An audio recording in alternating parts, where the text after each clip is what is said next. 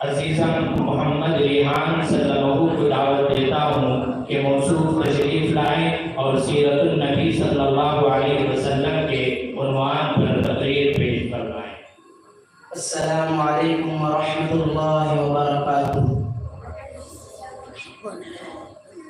نحمده ونصلي على رسوله الكريم، أما بعد فقد قال الله تبارك وتعالى في القرآن المجيد والفرقان الحميد: فأعوذ بالله من الشيطان الرجيم، بسم الله الرحمن الرحيم، ورفعنا لك ذكرك، صدق الله العظيم۔ حضور آئے تو سر آفرین شفا گئی دنیا، حضور آئے تو سر آفرین شفا گئی دنیا، اندھیروں سے نکل کر روشنی میں آ گئی دنیا۔ حضور آئے تو مسلمانوں کو جینے کا شعور آیا، زمانے کو اسی امی کے صدقے میں سمجھ آیا۔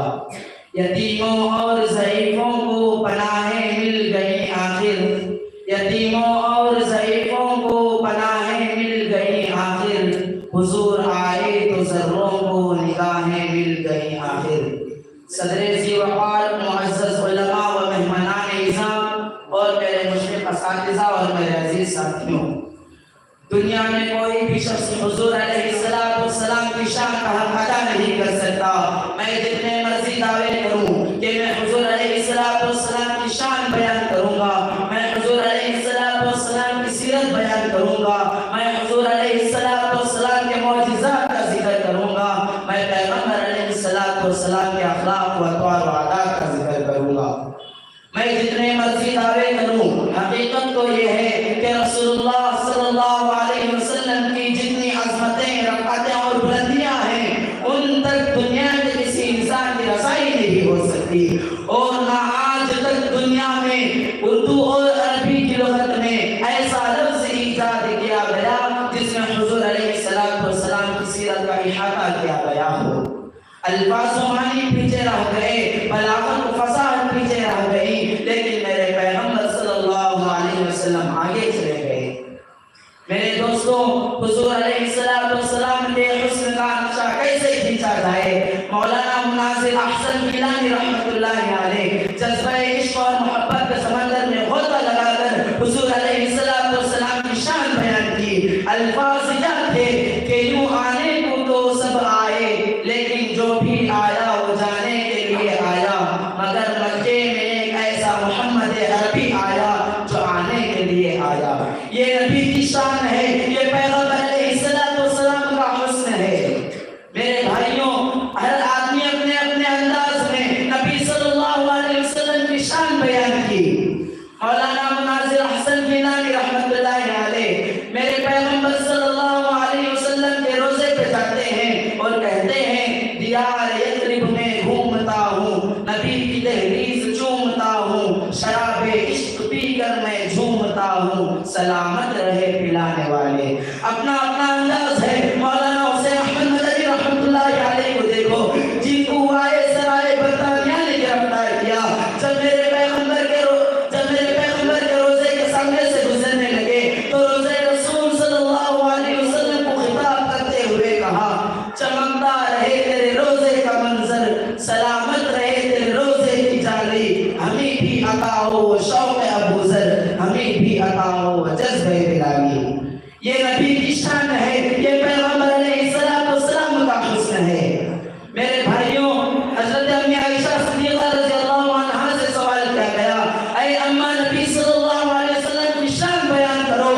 جواب کیا، اے لوگوں کہ تم قرآن نہیں پڑھتے؟ فرمایا، ہاں ہم قرآن پڑھتے ہیں، قرآن کھولو، قرآن کہتا ہے وَرَفَعْنَا لَكَ ذِكْرَكَ، اے پیغمبر علیہ السلام، ہم نے آپ کے ذکر کو بلند کر دیا، ہم نے آپ کے مقام کو اونچا کر دیا۔ آپ تو اونچے تھے اور آپ کے ساتھ جو بھی ملا اس کو بھی اونچا کر دیا۔ یہ میرے نبی کی شان ہے، یہ پیغمبر علیہ السلام کا حسن ہے۔ ابو بکر اکیلا ابو بکر ہوتا تو جو مرضی کہتا، عمر اکیلا عمر ہوتا تو جو مرضی کہتا، عثمان اکیلا عثمان ہوتا تو جو مرضی کہتا، حبشہ کا بلال اگر اکیلا بلال ہوتا تو جو مرضی کہتا۔ تھا. ابو بکر اکیلا ابو بکر تھا، مگر جب نسبت میرے نبی سے مل گئی تو صدیق اکبر بن گئے. عمر اکیلا عمر تھا، مگر جب نسبت میرے نبی سے مل گئی تو فاروق اعظم بن گئے. علی اکیلا علی تھا، مگر جب نسبت میرے نبی سے مل گئی تو حیدر کرار بن گئے. حبشہ کا بلال اکیلا بلال تھا، مگر جب نسبت میرے نبی سے مل گئی تو ساری دنیا کے امام بن گئے. عثمان اکیلا عثمان تھا، مگر جب نسبت میرے نبی سے مل گئی تو جامع القرآن بن گئے. ورفعنا لك ذکرک، اے پیغمبر علیہ السلام ہم نے آپ کے ذکر کو بلند کر دیا. میرے نبی کا ذکر کہاں نہیں؟ اگر یقین نہ آئے تو قرآن کے انداز کو دیکھو، میرے نبی کا ذکر کہاں نہیں؟ ساری دنیا کے خطے میں جہاں خدا کا ذکر وہاں محمد مصطفیٰ کا ذکر. اذان میں خدا کا ذکر، اذان میں محمد مصطفیٰ کا ذکر. تکبیر میں خدا کا ذکر، تکبیر میں محمد مصطفیٰ کا ذکر. تورات میں، انجیل میں، زبور میں، قرآن میں، یہ 127 صحیفوں میں جہاں خدا کا ذکر وہاں محمد مصطفیٰ صلی اللہ علیہ وسلم کا ذکر. رب کریم نے بتا دیا، اے کالی کملی والے، جہاں میرا نام لیا جائے گا وہاں تیرا بھی نام لیا جائے گا. ورفعنا لک ذکرک، اے پیغمبر علیہ السلام ہم نے آپ کے ذکر کو بلند کر دیا. اور اس طرح بلند کیا گیا، اور اس لیے بلند کیا گیا کیونکہ میں رب العالمین ہوں اور تو رحمت للعالمین ہے. مجھ پر خدائی ختم ہے، تجھ پر مصطفیٰ ختم ہے. مجھ پر خدائی ختم ہے، تجھ پر مصطفیٰ ختم ہے. رب کریم نے بتا دیا، اے کالی کملی والے، تو نہیں جانتا کہ ہم نے موسیٰ علیہ السلام کو تورات دی. موسیٰ علیہ السلام سے کہا، ایسا میں تمہیں تورات دینا چاہتا ہوں، تم چلے جاؤ. حضرت موسیٰ علیہ السلام نے 40 دن کا چلا کیا، اللہ تعالیٰ نے ان کو تورات عطا فرمائی. حضرت عیسیٰ علیہ السلام سے کہا، اے عیسیٰ میں تمہیں انجیل دینا چاہتا ہوں، تم بھی اپنے معبد خانے میں پابند ہو کر بیٹھ جاؤ. حضرت عیسیٰ علیہ السلام نے 40 دن کا چلا کیا، اللہ تعالیٰ نے ان کو انجیل عطا فرمائی. حضرت داؤد علیہ السلام سے کہا، اے داؤد میں تمہیں زبور دینا چاہتا ہوں، تم بھی اپنے معبد خانے میں پابند ہو کر بیٹھ جاؤ. حضرت داؤد علیہ السلام نے 40 دن کا چلا کیا، اللہ تعالیٰ نے ان کو زبور عطا فرمائی.